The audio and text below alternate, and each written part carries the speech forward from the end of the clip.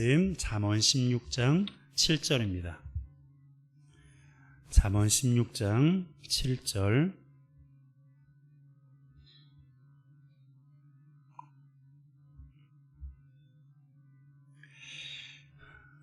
자, 우리 함께 읽겠습니다. 시작.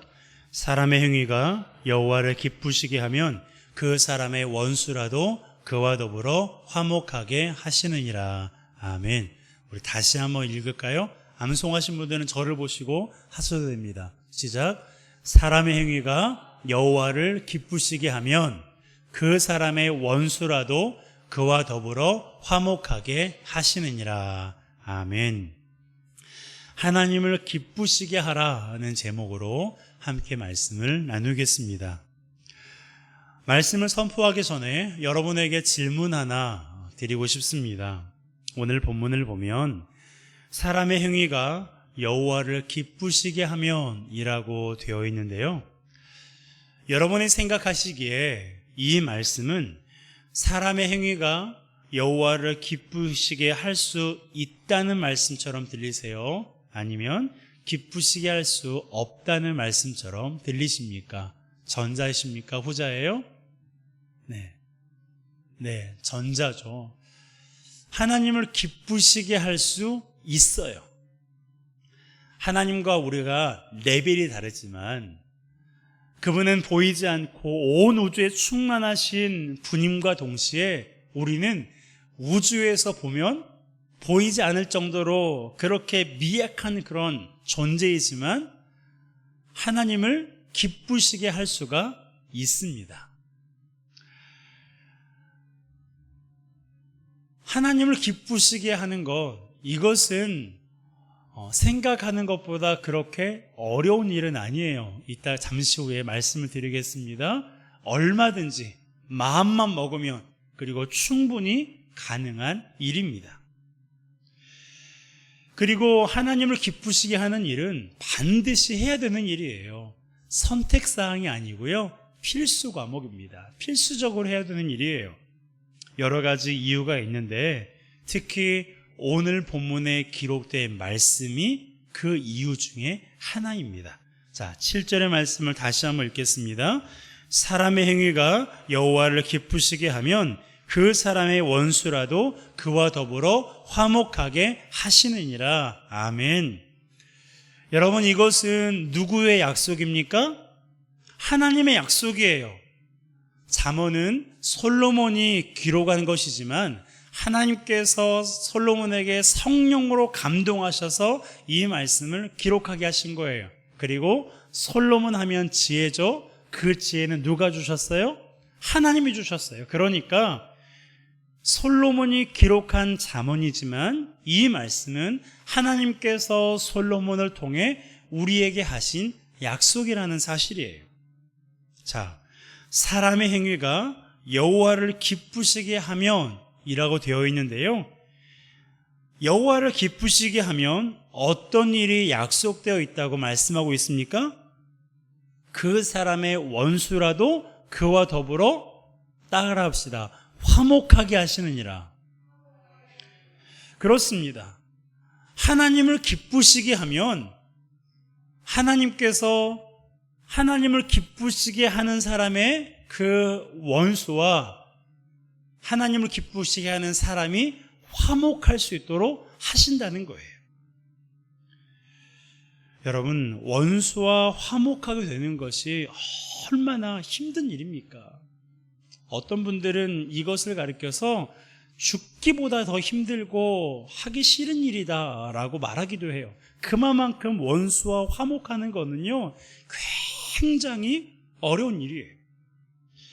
사실 원수까지 갈 필요도 없습니다. 가족들이나 친구들 사이에서도 화목하지 못한 관계를 회복하는 게 얼마나 어려워요. 그런데 우리가 하나님을 기쁘시게 하면 하나님이 화목하게 해주신다는 거예요. 불편한 관계에 있는 가족이나 친구는 물론이고 원수까지도 화목하게 하신다고 말씀하고 있습니다.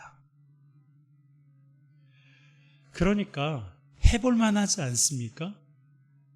원수와 하나님을 기쁘시게 하면 나와 껄끄럽게 지내고 있는 그 사람과의 관계를 하나님께서 해결해 주시겠다는데, 내가 아무리 노력하고 수십 년이 흘렀지만 여전히 불편하고 여전히 껄끄럽고 여전히 원수처럼 지내는 그 관계를 하나님께서 화목하게 해주시겠다는데, 여러분, 하나님을 기쁘시게 하는 거 해볼 만하지 않습니까? 우리 중에 불편한 관계가 없는 분이 어디 있어요? 어떤 분은 자녀와 불편한 관계에 있기도 하고, 어떤 분은 배우자와 불편한 관계에 있기도 하고, 어떤 분은 친구와, 어떤 분은 목회자와, 어떤 분은 성도와 불편한 관계에 있기도 합니다. 여러분, 불편한 관계를 청산하고 싶지 않으세요? 불편한 관계를 청산하고 화목하기를 원한다면 우리가 할 일은 하나님을 기쁘시게 하는 일이에요. 하나님을 기쁘시게 하면 그 사람의 원수라도 그와 더불어 화목하게 하십니다. 혹시라도 자신은 불편한 관계로 지내도 상관없다고 그렇게 생각하시는 분이 계십니까? 그것은 그 심정 이해가 가기도 해요. 얼마나 그 사람에게 상처를 받고 아픔을 받았으면 오죽하면 그럴까라는 그런 마음이 이해도 가지만, 말씀의 근거에서 생각해 본다면 그런 마음은 하나님의 말씀을 외면하는 거예요. 성도의 본분을 저버리는 것입니다. 그렇기 때문에 제가 말씀드리지 않을 수가 없어요. 하나님은 성도인 우리에게 화목하게 하는 직분을 주셨거든요. 자, 고린도후서 5장 18절입니다. 함께 읽습니다. 모든 것이 하나님께로서 났으며 그가 그리스도로 말미암아 우리를 자기와 화목하게 하시고 또 우리에게 화목하게 하는 직분을 주셨으니. 하나님이 어떤 직분을 주셨습니까? 화목하게 하는 직분을 주셨어요. 화목하게 하는 직분을 주셨습니다. 여러분, 이것은 선택사항이 아니에요. 하나님의 자녀라면 모두가 화목하게 하는 직분을 수여받았습니다. 물론 이것의 1차적인 의미는 하나님과 그분을 믿지 않는 사람을 화목시키는 그러한 의미이지만, 사람들 간에 화목하게 하는 의미도 포함되어 있어요. 생각해 보세요. 서로 관계가 어긋나 있는 그런 사람들이 성도인 우리로 인해서 화목하는 게 낫지, 우리로 인해서 그 관계가 더 틀어지거나 어긋나면 좋지 않잖아요. 좋지 않은 이유가 뭐냐면 그것이 하나님과 관계가 있기 때문에 그래요.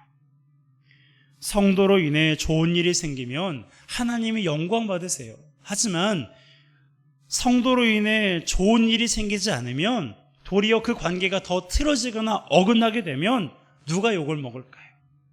하나님이 욕을 먹어요. 우리는 물론이고 하나님이 욕을 먹어요. 하나님이 어디 있냐고, 하나님은 아무것도 아니라고, 하나님이 듣지 않아도 될 그 말을 우리 때문에 들을 수가 있는 거예요. 그러니까 성도인 우리는 우리가 가는 곳에 화목이 있어야 돼요. 우리가 머무는 곳에 평안이 있어야 돼요. 그러기에 우리는 하나님과 사람의 관계뿐 아니라 사람과 사람의 관계 속에서도 화목하게 해야 할 직분을 감당해야 되는 것입니다. 그러므로 불편한 관계로 지내도 나는 아무렇지도 않아 라고 생각하지 말고 불편한 관계를 청산하고 화목하기를 원하는 우리 모두가 되시기를 주님의 이름으로 축복합니다. 그런데 여기서 우리가 잊지 말아야 될 게 있습니다. 화목하게 하는 것은 우리가 아니에요. 화목하게 하는 것은 우리가 아닙니다. 누가 화목하게 하신다고요? 하나님이 화목하게 하신다는 거예요. 내가 두 사람의 손을 붙잡고 자, 화해해. 해서 그렇게 문제가 해결되는 게 아니라 하나님께서 그 사람의 마음을 어루만져 주시고, 하나님께서 내 마음도 어루만져 주시고, 내 상처도, 그 사람의 상처도 어루만지셔서 하나님이 그 관계를 화목시키신다라는 거예요.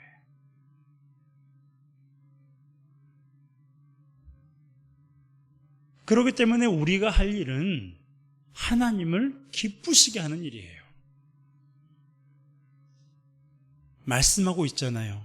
사람의 행위가 여호와를 기쁘시게 하면 그 사람의 원수라도 그와 더불어 화목하게 하시느니라. 그러므로 하나님을 기쁘시게 하는 일에 집중하는 우리 모두가 되시기를 주님의 이름으로 축복합니다. 그리고 원수와 화해를 시키신, 원수와 화목하게 하시는 그분이 다른 일은 못하시겠습니까? 그러니 이 일뿐만 아니라 하나님을 기쁘시게 하면 다른 일까지도 하나님께서 우리를 도우시고 우리에게 은혜를 주신다는 거예요.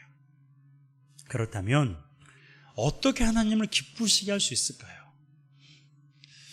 설교 초반에 말씀드렸죠. 하나님을 기쁘시게 하는 게 그렇게 어려운 일이 아니라고, 생각보다 쉽다고. 그래서 말씀드릴게요. 여러분도 알고 계실 거예요. 여러분, 하나님을 기쁘시게 할 수 있는 방법 한 가지입니다. 바로 믿음이에요. 믿음. 오직 믿음만이 하나님을 기쁘시게 할 수 있다고 성경에 기록하고 있습니다. 자, 히브리서 11장 6절입니다. 함께 읽습니다.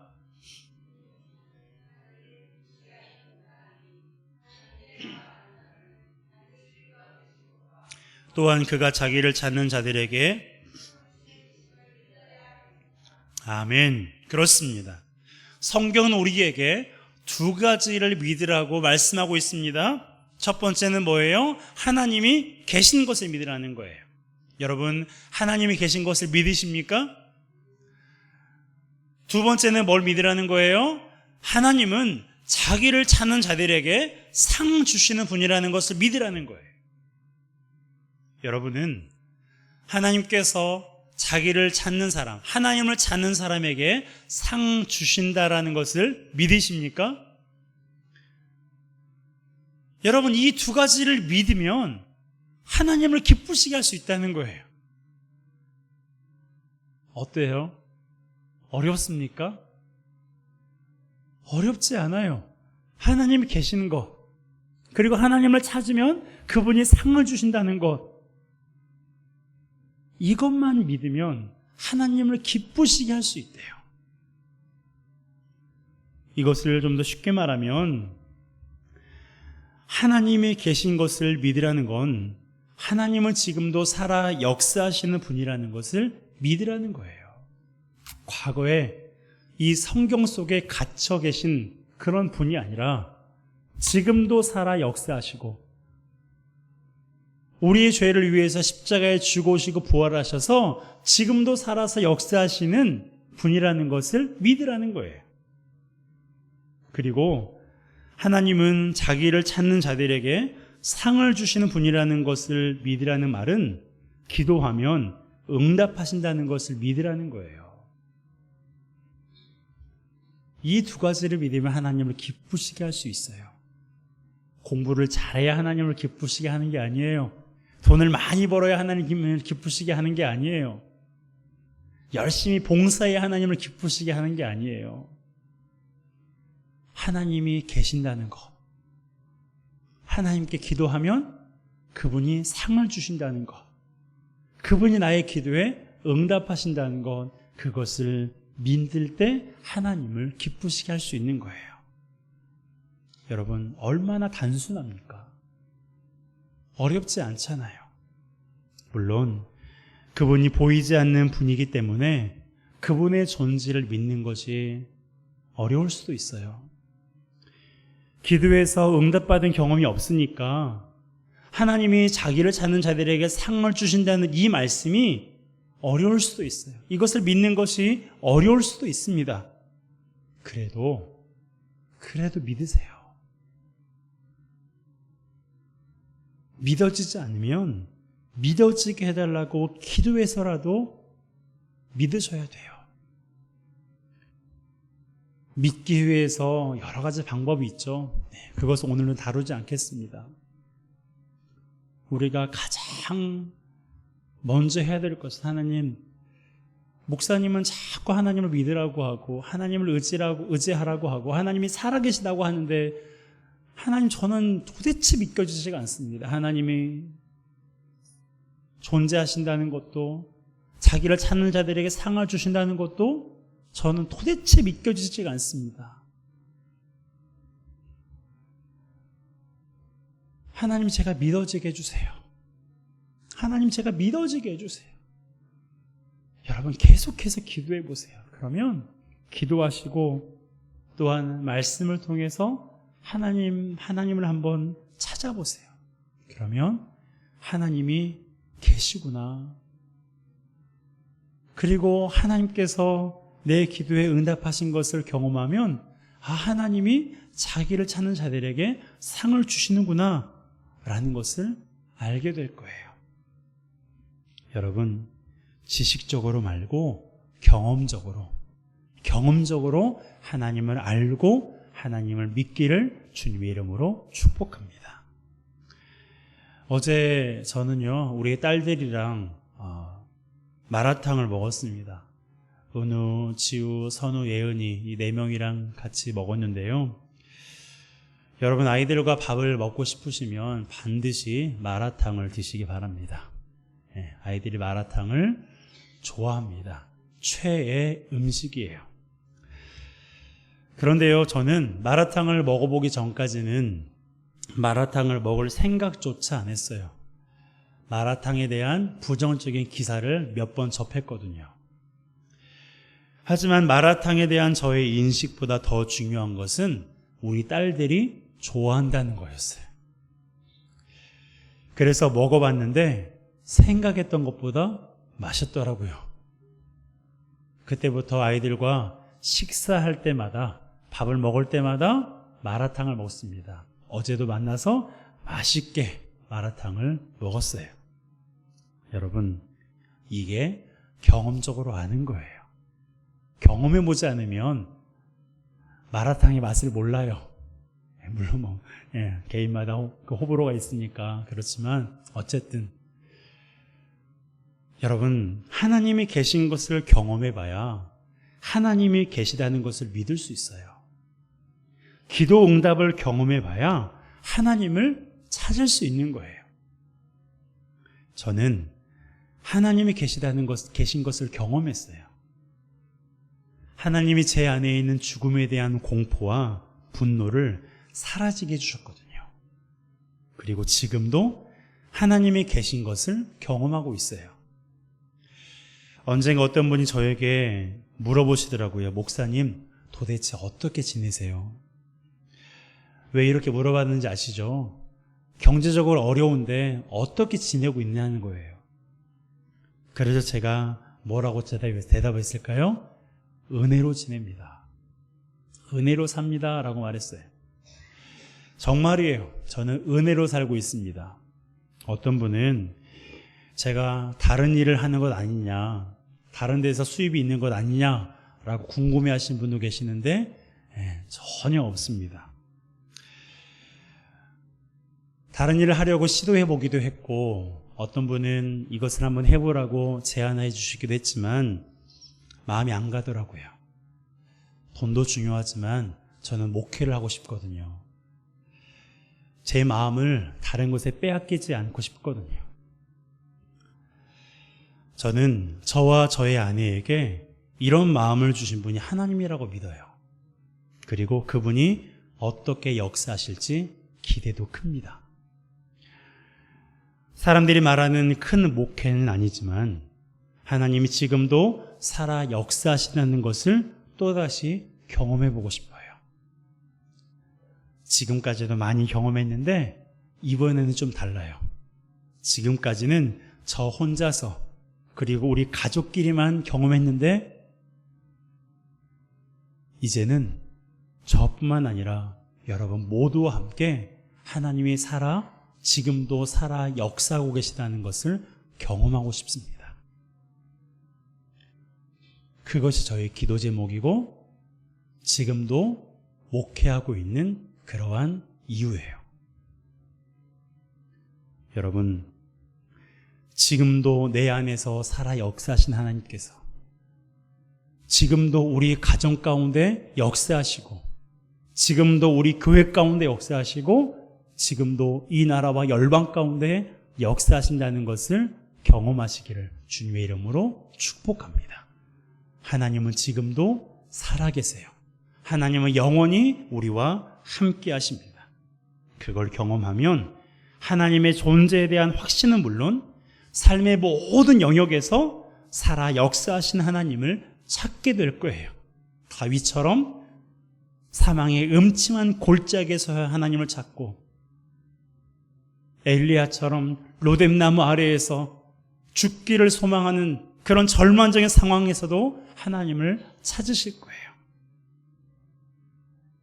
그리고 그분이 주시는 상을 받게 될 것입니다.